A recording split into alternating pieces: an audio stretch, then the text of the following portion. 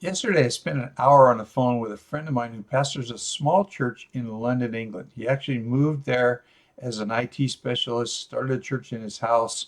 Actually, the first time he gathered his neighbors, 17 people accepted Jesus. He's from Sri Lanka.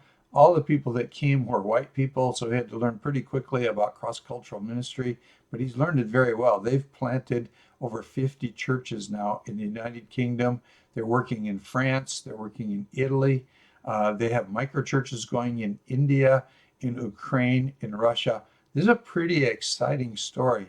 But at the heart of it is the fact that they're doing something a little different than most of us are doing in this pandemic. And that is they go back to Acts chapter 2.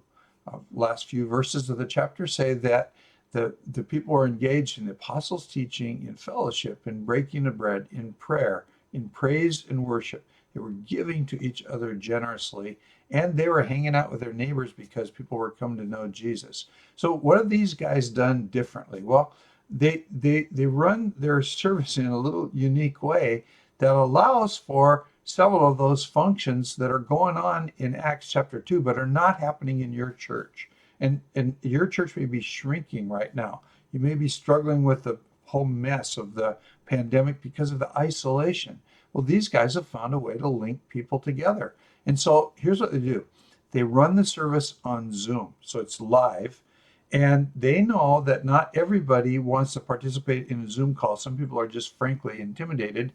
So they record it and then they put it again on Facebook and on YouTube and several different places where people can find them. But then some of those frightened people end up in the Zoom call the following week. It's messy.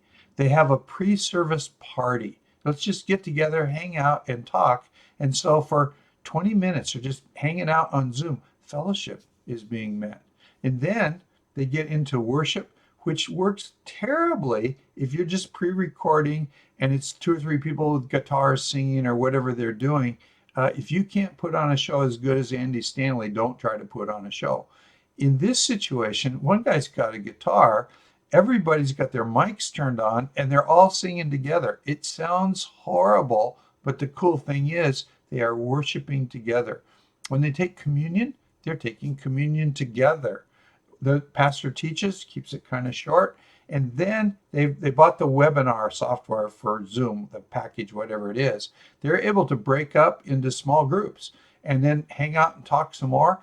And the pastor just invites people who are new to the event, watching the thing, to hang out with him.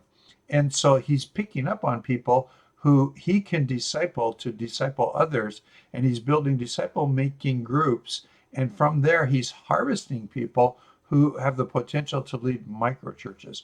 And this is where they've reached into India. He's never been to India. He's from Sri Lanka. It's right next door. But they've now got a large group of people in India. All of this from a church of just 70 people. Their offerings are up. Their attendance is up. Everything they're doing is up. And this can work wonderfully for you if you just give it a shot. Take care.